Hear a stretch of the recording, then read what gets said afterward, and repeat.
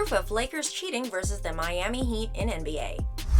It's the thing you never want to hear about a professional sports team. Cheating? Is it happening? To what degree? It doesn't really matter if it is happening in any capacity.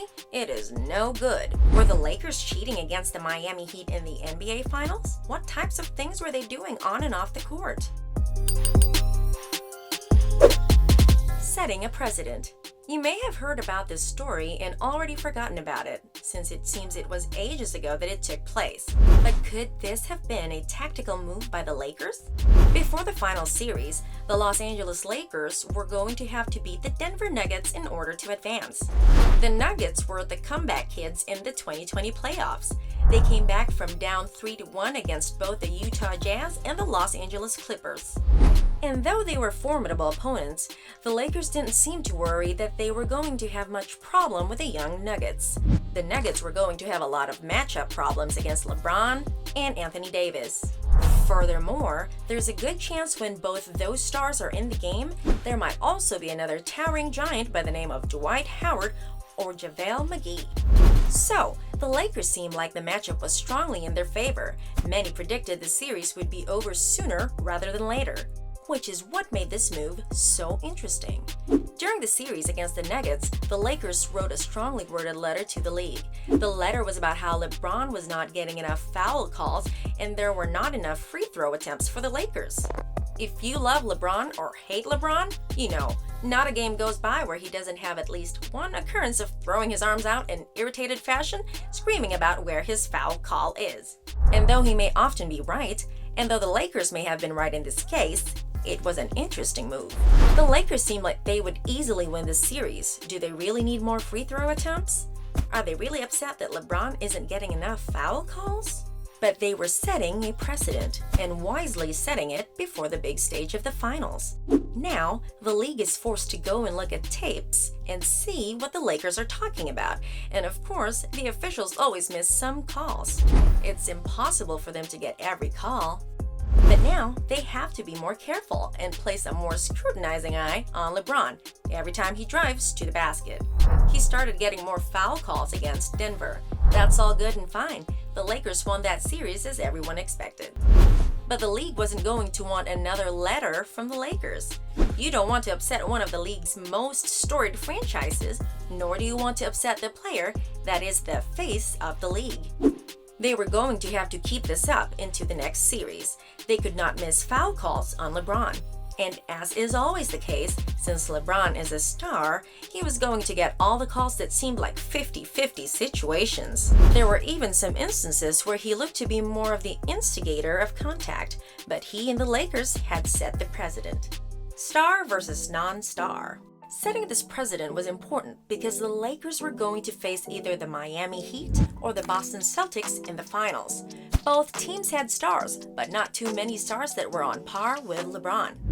It ended up being the Heat, who does have Jimmy Butler and is on par with LeBron's superstardom in some ways. But that's it. The rest of the Heat group are largely non-stars. Bam Adebayo will become a bigger and bigger star as the years go on, but he's still quite young. LeBron concerned himself less with the likes of Butler and Bam and more with the other non-stars. It was very clear that LeBron was aware when a non-star was guarding him. Like, if Jay Crowder was guarding him as he drove to the basket, LeBron was very good about clearing space, which is also a nice way of saying elbowing Jay Crowder in the face while heading to the hoop. Subsequently, there was contact and a foul was called on, you guessed right, Crowder. A call that should be an offensive foul if all things are considered equal, but a call that ends up being a defensive foul because all things are not equal. It is King James moving along the chessboard and he is matched up against Crowder, a rook at best. The NBA doesn't want to upset LeBron again, and LeBron knew this. Not only does LeBron get free throws when he does this, he also gives a foul to a player on the other team. When it's a player like Crowder, an excellent defender who guards LeBron a heavy amount, it's a huge blow to the Heat as he can get in foul trouble much sooner. Plays like that make a big difference as it should be a foul on LeBron and possible shots for Crowder. And instead, you get the exact opposite. A swing in points and fouls exchanged. Did LeBron do this to only Crowder? That's laughable. LeBron tossed Tyler Hero to the ground with an extended arm on a drive to the basket. He ran Duncan Robinson over so many times, Robinson looked like he was doing trust falls without a spotter on the court. And what's the league going to do? Call fouls on LeBron? Maybe if LeBron was going up against Butler, they would. But the likes of Crowder, Robinson, and Hero?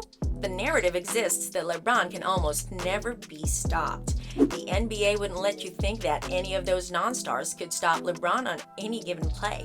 Not unless they want another strongly worded letter on that professional Lakers stationery. 2 top 5 players.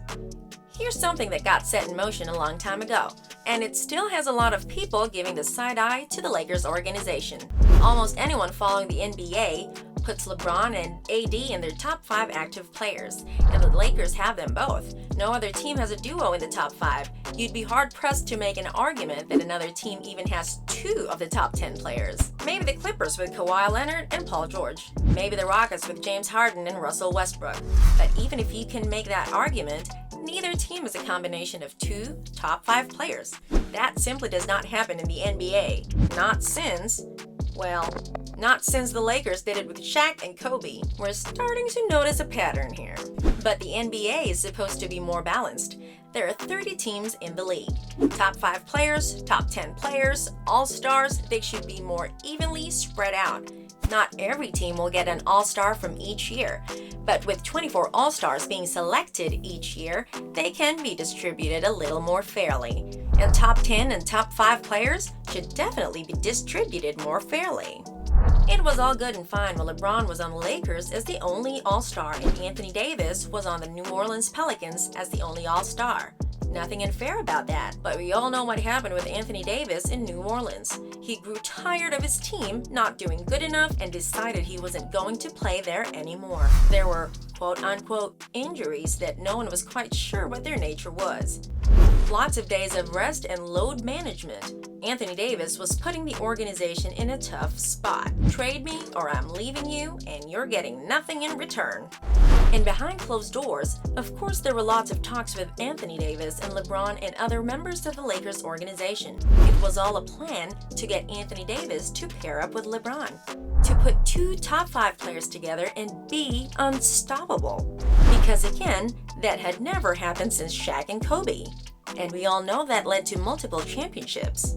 To force the Pelicans into that situation was looked at extremely negatively by a lot of fans and players around the league.